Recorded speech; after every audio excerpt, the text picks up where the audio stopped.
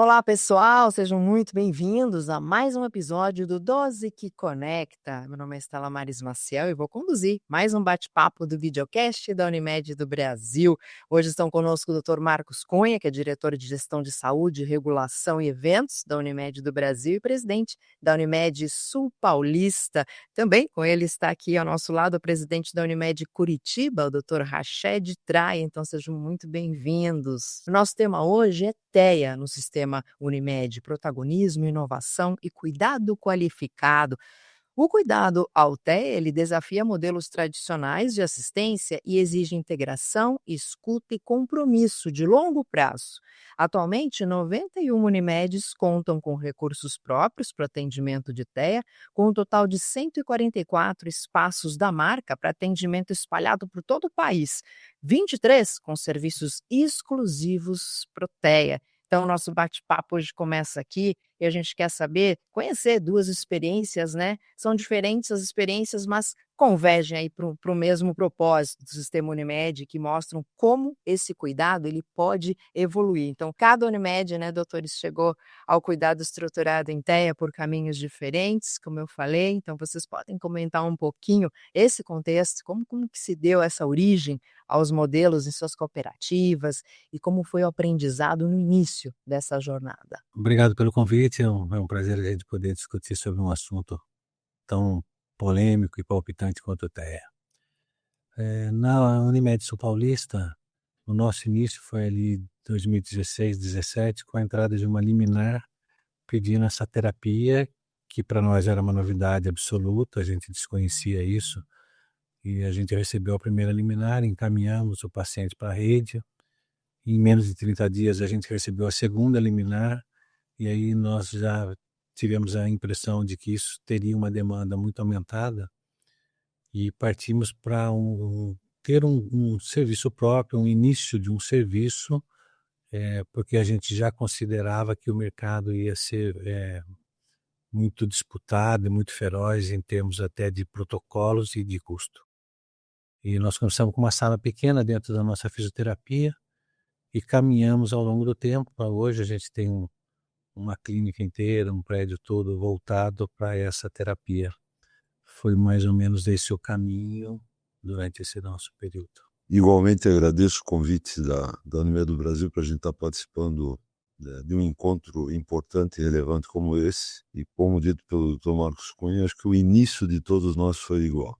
Na verdade, o início de toda a saúde suplementar, e eu ousaria dizer que até da própria saúde pública, porque isso é algo que vinha latente com poucas demandas referentes a isso, e num determinado momento startou um processo em que um grupo de pacientes com esses transtornos passaram a ter as suas necessidades de alguma forma pretendidas ou atendidas pelos atores que prestavam essa assistência. O começo é um começo completamente trôpego para todos nós. Nós não sabíamos exatamente como fazer, o que fazer, se o que a gente estava entregando era algo que era adequado, se eu não estava entregando a mais ou a menos. E eu acho que assim, nós passamos uma longa jornada de aprendizado. O início foi esse início difícil, em que a informação era uma informação muito precária para todos nós, até para a tomada de decisões. Então, o que nós caminhamos no início desse processo foi por um caminho absolutamente turvo em relação ao que fazer. À medida em que esse avançar das demandas, das necessidades, os processos começaram a ficar um pouco mais claros, é que nós começamos a construir caminhos que pudessem trazer, principalmente para o beneficiário, principalmente para o paciente, uma assistência que fosse adequada. A gente olhou muito menos o quanto custa e muito mais se eu estou fazendo uma entrega adequada. E o início foi esse. Nós só passamos a uma estrutura que pudesse muito mais do que nos atender, a nos ensinar a ter uma unidade de conceito do que seria aquilo que seria o chamado estado da arte no atendimento de alguém que tem uma necessidade como essa. Esse foi o nosso começo. Então, partindo desse ensinamento, né, desses aprendizados aí adquiridos, Ao longo desse tempo, como foi essa evolução em termos de equipe, capacitação de profissionais, protocolo, investimentos, né, até chegar ao modelo atual? Como vocês avaliam isso? Todo início, como ele falou, foi muito difícil porque não havia nem profissionais, na área e não haviam profissionais que exercessem esses tipos de terapias, porque elas vinham, de protocolos até de terapias externas que a gente não conhecia. Então eu me lembro que a gente começou com uma terapia chamada Pedia Suite, que era praticamente a única naquele momento. Hoje pouquíssima usada, já mudou muito, já passamos para o método ABA e hoje nós já estamos no método ABA modificado. Então, à medida que a demanda foi aumentando, a gente foi contratando, foi capacitando, foi descobrindo onde tem esse curso, onde é que a gente coloca esse nosso profissional, como é que a gente pega os protocolos, protocolo de quem está apto, quem já tem esse estudo, quem está no início da aprendizagem. Nós tivemos uma curva de aprendizagem muito longa, e eu diria que hoje, por exemplo, a gente está praticando um método extremamente modificado em relação àquele que iniciou. E partimos para a rede própria, porque é claro que uma equipe multiprofissional discutindo os casos todos os dias, com um protocolo único, com uma atenção voltada não só para o paciente, como para a família, para a estrutura, para o ambiente, isso dá uma outra conotação e resultado. Dentro do nosso prédio, que é o Reabilita, nós montamos um esquema em que todos os nossos profissionais contratados participam no dia a dia das terapias, discutindo, e à medida que a gente for dando alta, porque a gente dá alta, eles acham que no TEA não tem alta, a gente tem muita alta. A primeira rede em volta do meu núcleo principal são profissionais da minha estrutura, não são profissionais aleatórios, não são credenciados sem nenhuma ligação com o meu serviço, com o meu protocolo. Eu acho que isso é fundamental, porque você mantém o cliente dentro de um estudo prolongado, eficaz e constante, sem alterações. Então hoje a gente tem uma estrutura muito grande, que mais com o tempo aqui eu vou dizendo como é, mas que funciona assim absolutamente bem para os nossos clientes. Como eu havia dito, eu acho que cada um de nós viveu a sua própria experiência, foi construindo a sua realidade de acordo com o local onde está inserido, porque nós temos realidades que se modificam. O país é um país muito assimétrico, o nosso relevo é completamente diferente e muitas vezes aquilo que é absolutamente ideal para uma região, absolutamente não consegue se aplicar em outra. Mas do que o doutor Marcos comentou, algumas coisas são um traço comum para todos nós.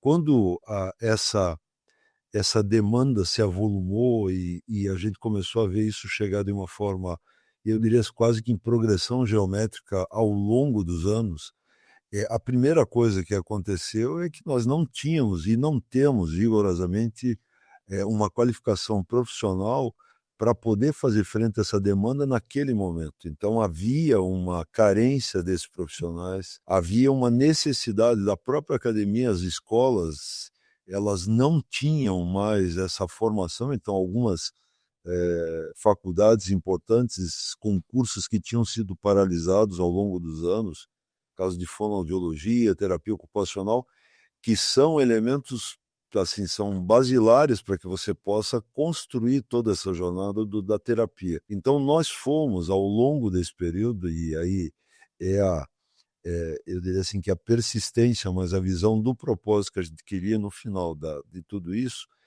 envolvendo todos aqueles que de alguma forma poderiam nos auxiliar, não a instituição Unimed, mas auxiliar a sociedade no sentido de buscar uma qualidade assistencial para qualquer brasileiro que precisasse de alguma coisa desse tipo. Então nós fomos até a academia, nós fomos procurar os institutos que são institutos de pós-graduação, muito no sentido, de alguma forma, de tentar também fomentar que houvesse que as escolas, a academia como um todo, pudesse se debruçar e entender que isso era uma demanda da sociedade, e que as academias, as escolas, as faculdades, elas também tinham um dever social de também contribuir, fazendo com que esses profissionais pudessem ser formados nesses institutos. À medida em que essa jornada avança, nós começamos a ter a nossa maturidade daquilo que nós poderíamos fazer como um modelo ideal para poder prestar essa assistência.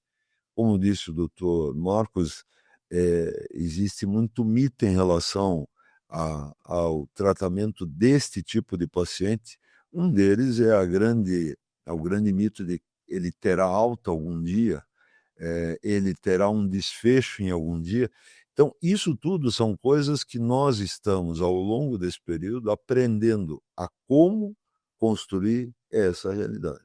Da melhor forma, pensando na qualidade, né, de atendimento para o paciente. Então já, como o senhor mencionou isso, pensando na qualidade, pensando na segurança para o cuidado, houve algum momento, e se houve, que momento que ficou claro que seria bom investir numa estrutura própria? Por aquilo que eu comentei anteriormente. Na rede, num primeiro momento, cada um tinha uma maneira de fazer. Como o doutor Rachid falou, a gente estava aprendendo, então foi muito de observar aquilo que a gente estava fazendo. Então o que que a gente notou?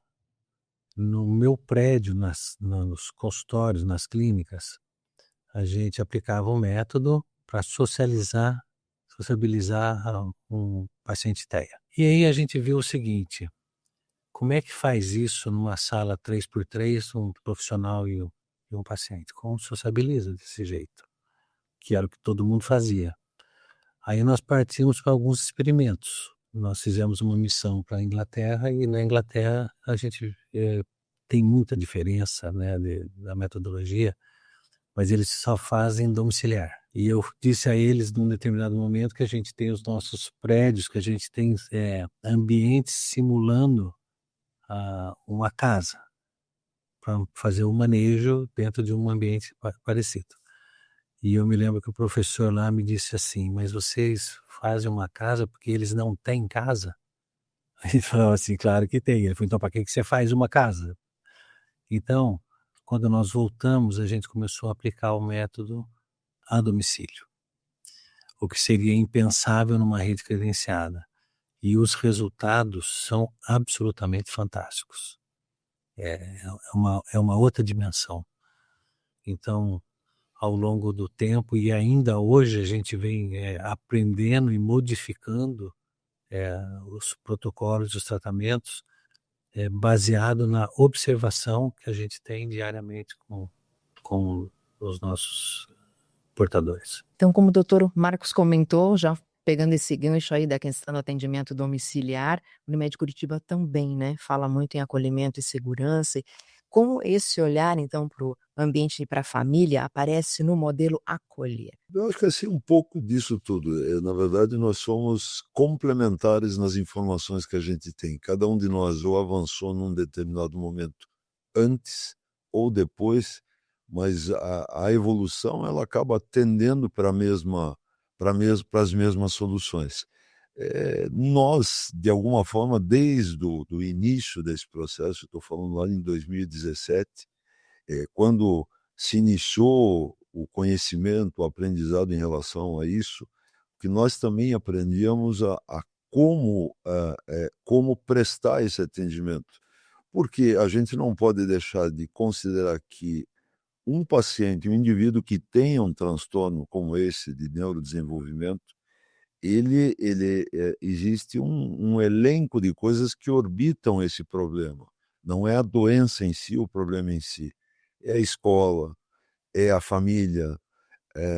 Então, isso tudo, se isso não for de alguma forma abordado de uma maneira sistêmica, eu diria assim que nós vamos fazer um tratamento, na nossa visão, adequado para uma determinada coisa, e nós perdemos as outras que são, de alguma forma, aquilo que sustenta. Quando o Dr. Marcos fala sobre o modelo inglês, o modelo europeu, e vários países adotam isso, existe uma cultura da sociedade em que isso é possível. É você, eu não diria doutrinar, mas você ensinar o familiar, o cuidador, como que esse tratamento consegue ser feito. Porque para uma pessoa que tem um transtorno como esse, também é desafiador ele sair do seu ambiente e ir para um outro ambiente que uma outra pessoa.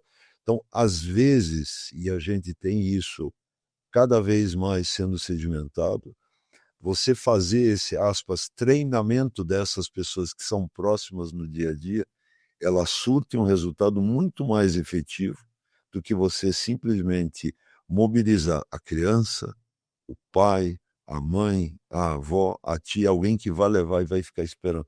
Tudo isso tem um grande envolvimento social. Então, acho que nós caminhamos de uma forma, ainda que lenta, mas eu acho que nós estamos evoluindo para uma compreensão de que o atendimento não é única e exclusivamente aquele que eu ofereço na clínica.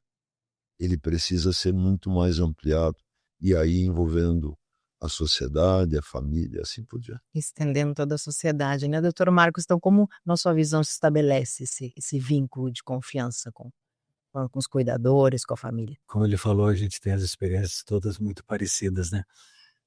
Que a gente fez notando esse envolvimento que o ambiente e onde vive o portador do transtorno. Nós descobrimos assim, a família, em geral, é desestruturada em função daquela criança. A repercussão familiar é sempre muito grande. Então, nós entendemos que nós temos que agir também na família. Quando a gente recebe um paciente novo, como o Dr. Rached disse, nós somos na escola. Nós chamamos os pais, nós chamamos os irmãos, nós chamamos os avós. A gente faz uma avaliação muito minuciosa daquele paciente, uma avaliação neuropsicológica completa, para poder entender toda a vida daquela criança, porque, como ele disse também, cada uma tem uma realidade, cada uma é diferente uma da outra. Quando a gente passou a fazer o domiciliar, a criança tem uma segurança a mais, porque ela está no ambiente dela, onde ela circula, assim, desenvolta, o que não acontece dentro do consultório. Nós colocamos um projeto que foi o Cuidar de Quem Cuida. Nós trouxemos as mães para dentro da Unimed, fazíamos rodas de conversa, encontros, e valorizamos aquela pessoa. Então, o que eu quero dizer? A gente mostrou para aquelas mães que elas esperavam um filho e tiveram um outro, mas que são filhos, que dependem do mesmo jeito como os outros, que nutrem amor por ela e ela por ele do mesmo jeito. Isso não tem diferença nenhuma. Então, a gente tinha que trabalhar com aquela realidade.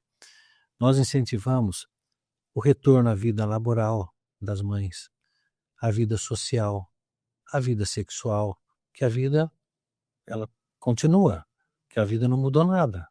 Então, que isso tinha que ser inserido no dia a dia e dentro do tratamento. Qual é a grande diferença quando você traz a família? Numa clínica, como ele disse, a mãe espera, o avô espera. Na casa, ele está junto. Então, todo o manejo, o familiar aprende o manejo e pratica o manejo quando nós não estamos lá. Porque numa clínica, a gente, vou dizer uma coisa corriqueira, uma criança quer comer um doce antes do almoço. Na clínica, ele não come. Na casa, na primeira reação, a mãe dá o doce antes. Então, assim, ela desfazia o que a clínica fazia. E isso não acontece na casa. Ela se integra à terapia. Então, por isso, a diferença muito grande no resultado daquilo que a gente faz. Reforça ainda mais o que é necessário para o cuidado ideal, né? Então, nós sabemos que a Unimed Curitiba avançou na articulação com profissionais, educação e até no judiciário. A Unimed Sul Paulista mantém também diálogo constante com as famílias, poder público e outras instituições. Inclusive, em 2025, teve um reconhecimento na Câmara Municipal da cidade de Itapetininga, né? Então, o que vocês aprenderam ao assumir esse papel de articuladores do cuidado e servir de inspiração e referência para outras empresas e entidades. Muito, muito importante essa, porque de alguma forma a fala do Marcos com a que eu tenho, ela na verdade elas acabam se complementando e nós temos um conceito que é o conceito do próprio sistema Unimed na busca de algo dessa natureza. Eu acho que nós conseguimos escapar de uma grande armadilha no começo desse processo, ah, essa volumetria que se avizinhava do TEA, e a gente ficou um pouco, eu diria assim, que chegou a beirar em alguns lugares até o desespero desse custo novo que nós vamos ter. Nós fugimos um pouco dessa armadilha do quanto custa fazer. E nós somos, na verdade, atrás daquilo é como eu consigo entregar qualidade assistencial.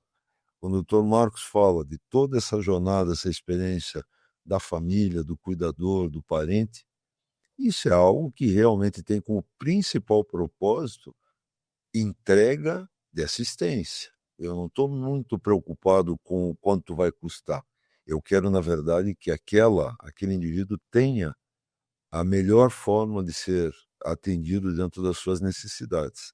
Porém, nós vivemos numa sociedade que todos esses entes que participam de alguma forma, direto ou indiretamente, de um indivíduo que tenha esse tipo de problema, eles precisam ser envolvidos. O problema não é dele, o problema não é do outro, o problema é nosso. Se a gente, como sociedade, não entender que cada um de nós tem um papel relevante na busca dessa solução, eu diria assim que nós vamos ter uma equação que não vai fechar. Não é pelo custo, é na qualidade do que eu quero entregar.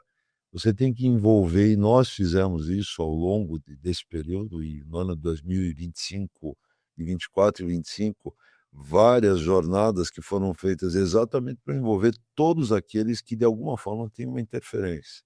Falo da academia, falo das secretarias de educação, tanto municipal como estadual, da associação das escolas privadas, do próprio judiciário, porque nós precisamos primeiro transformar, tirar um pouco esse breu que havia sobre o tema e fazer com que este problema seja visto por todos na integralidade dele, porque não dá para um enxergar isso de uma forma muito bem vista e outro, na verdade, com uma visão turva.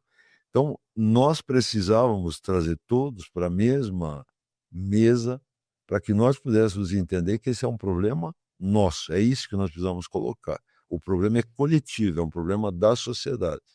A partir do momento em que você consegue construir essa narrativa e esse entendimento, esse diálogo, nós saímos de algo que nós estávamos, de alguma forma, ocupando, que era a posição de trincheira.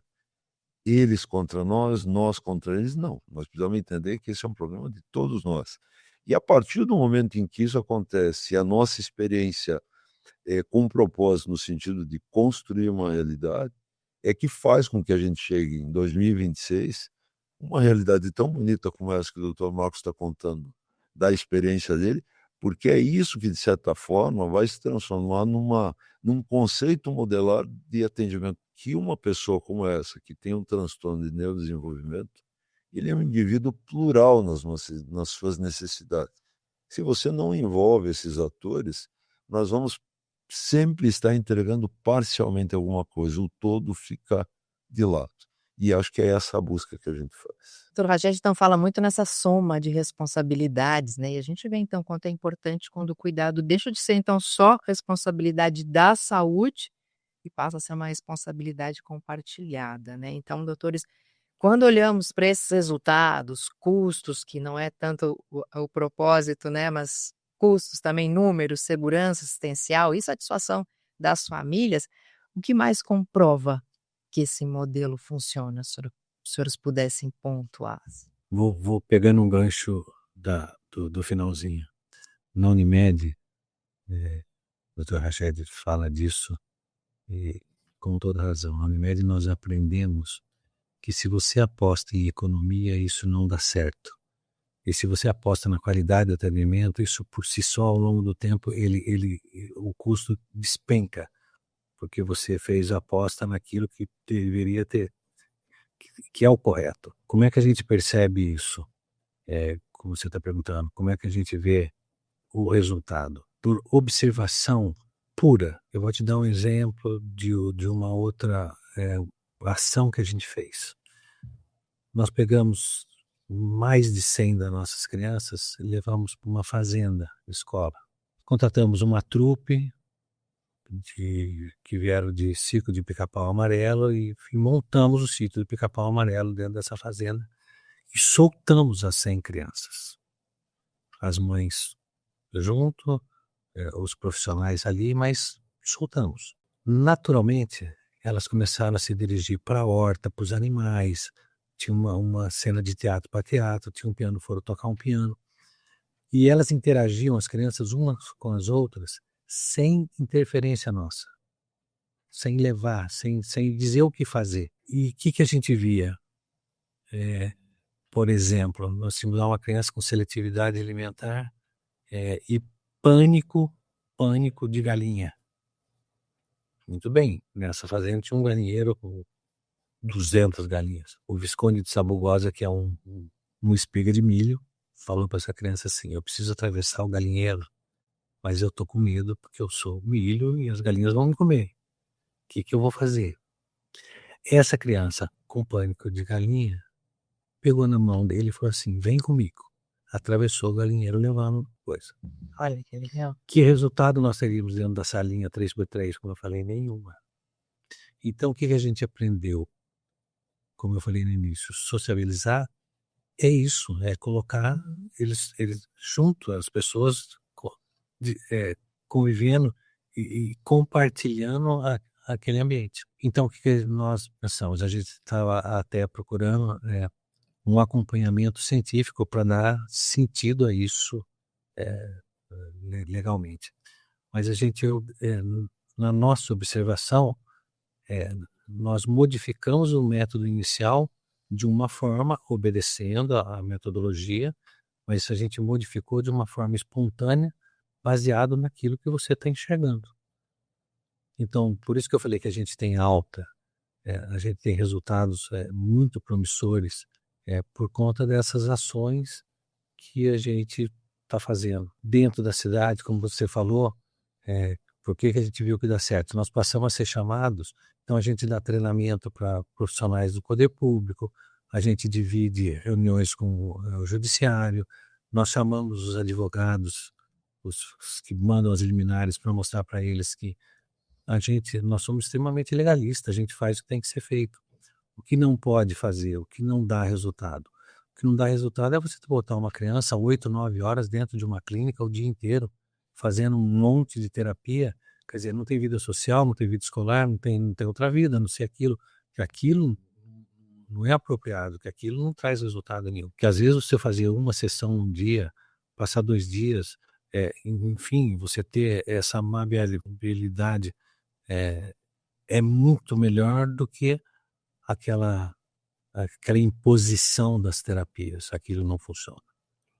Então eu acho que essa é uma experiência muito, muito rica para nós. Uma simples mudança de cenário, de contexto, já fez uma diferença enorme, né, doutor? Se você divide com o portador do TEA a sua expectativa, se você abre o campo, o resultado ele vem naturalmente. Como a gente falou, às vezes dentro de uma casa, o menor dos problemas é a criança autista. O problema está em outro lugar, refletindo ali. Você tira daquele ambiente, ela tem uma reação diferente. Então você volta e trata o ambiente também, como eu falei antes. Então essa soma que ao longo do tempo traz o resultado que a gente espera. E como diz o Dr. Acheri, sem pensar em custo, ninguém pensa em custo. Nosso custo é muito, muito grande em função disso tudo. Mas a gente sabe que o resultado financeiro ele vem ao longo do tempo, mas não é essa nossa meta, não é essa nossa corrida. Muito bem, doutor Rached. Vou usar o exemplo dele para, de alguma forma, confirmar de que o foco ele precisa ser ampliado. Ele não posso olhar apenas assim, eu vou fazer uma sessão com o psicólogo ou vou fazer essa modalidade de terapia. Muitas vezes o problema eu faço de forma proficiente dentro de onde eu estou, no meu ambiente ou na clínica, e o problema está na escola, o problema está na casa, o problema está no transporte, o problema está no relacionamento com a própria família. Então, a gente tem que entender, e eu vou fazer aqui uma analogia, uma criança, um indivíduo desse que tem um transtorno como esse, ele é como um diamante, com várias facetas. Se você tratar uma faceta, vai virar um carbono. Se você não entender que isso precisa ser tratado como um todo, com todas as suas facetas, o brilho desse paciente vai acontecer nesse momento, em que eu consigo atender, mas eu, como um ente assistencial, como uma operadora, eu tenho o meu limite de ação. O que eles fizeram é belíssimo, de levar para eles conseguiram demonstrar nessa ida a uma fazenda de que existe muito mais do que aquilo que eu estou oferecendo. Então, qual é o papel, quais são as responsabilidades? É isso em que em algum momento nós precisamos abordar de forma aprofundada.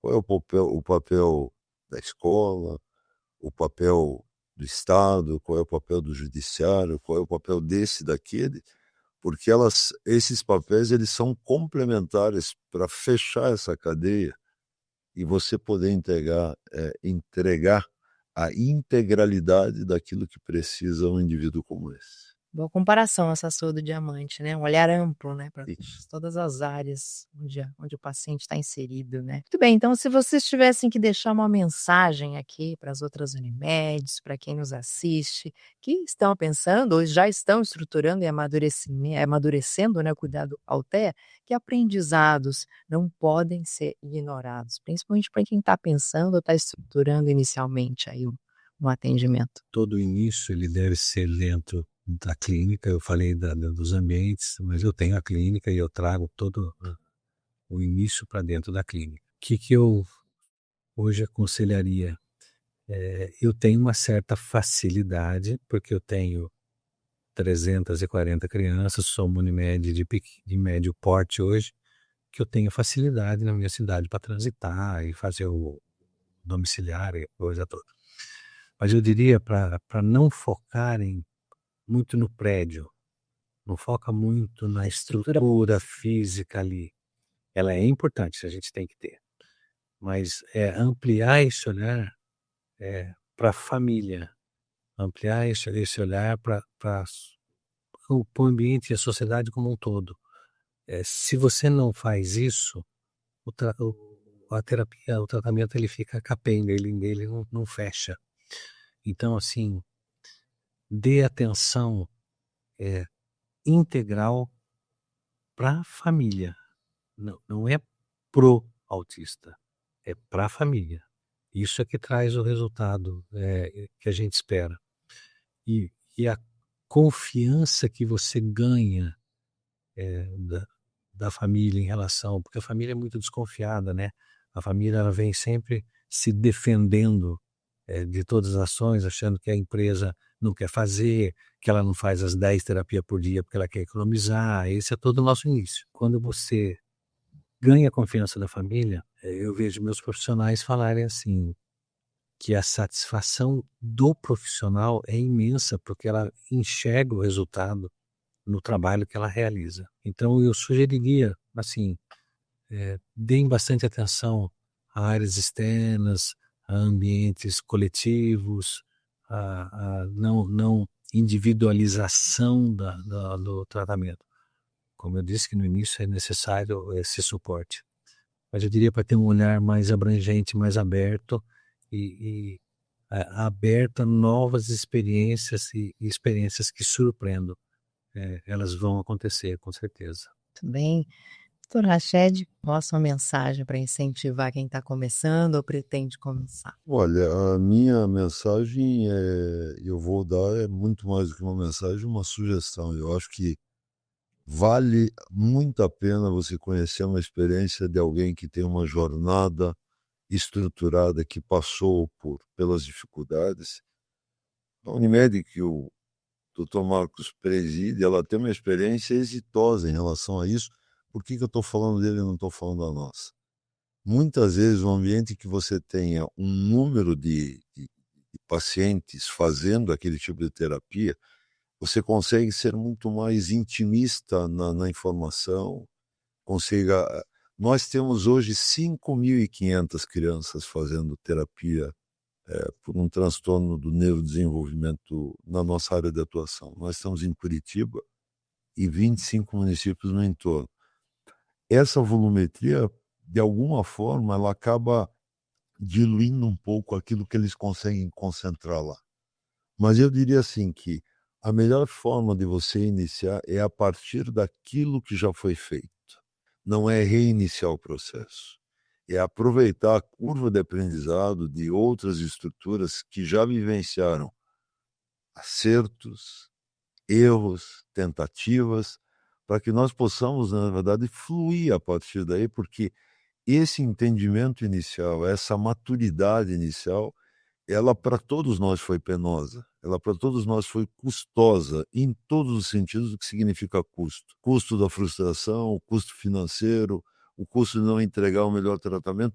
Nós podemos abdicar desse início e, a partir daí, começar a aprender como que eu faço isso, qual é a melhor maneira de fazer aquilo, mas tem algo que eu diria assim que a gente precisa ter como um conceito. Cada criança, cada indivíduo que tem um transtorno como esse, a clínica é a residência dessa criança.